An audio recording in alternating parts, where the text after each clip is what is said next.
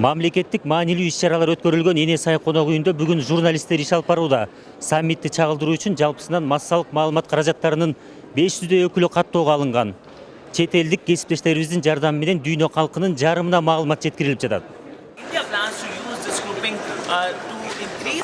Катталган телеканал, радио, гезит, интернет басылмаларынын жалпы саны 100дөн ашты. Уюмга мүчө өлкөлөрдө мамлекет башчыларынын жыйынына өзгөчө маани берип, Бишкек көңүл чордондо болуп турат.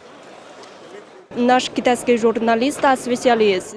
Кытайдан 30дан ашык маалымат каражаттарынын өкүлдөрү саммитти чагылдыруу үчүн келди. Себеби уюмдун ишмердиги биздин өлкөдө өзгөчө мааниге ээ.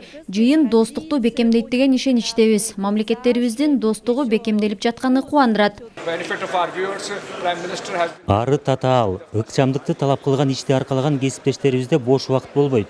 Ага карабай ара чолодо маек курдук. Мы из Бишкека улетаем в Душанбе. Ар кандай кырдаал болот. Биз Бишкектен Душанбеге жол тартабыз. Андыктан учакта бара жатып иштегенге туура келет. Ал эми материалдарды жекшемби күнү боло турган эфирге берүүгө жетишибиз керек.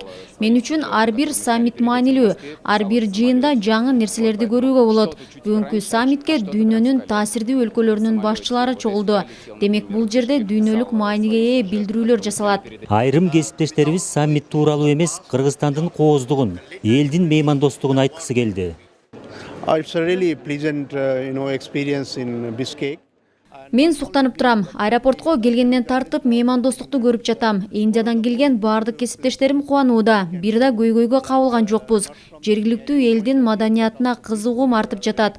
Досторумдун, тааныштарымдын баарына Кыргызстанга келүүнү сунуштайм. Шанхай кызматташтык уюмунун мейкиндиги кеңейип жаткандыктан саммитти чагылдыруу үчүн келген журналисттердин саны да быйыл көбүрөөк. Алардын 80% чет элдиктер экени кабарланды. Калыгул Асанбаев, Аскар Улан уулу, Ала Тоо 24.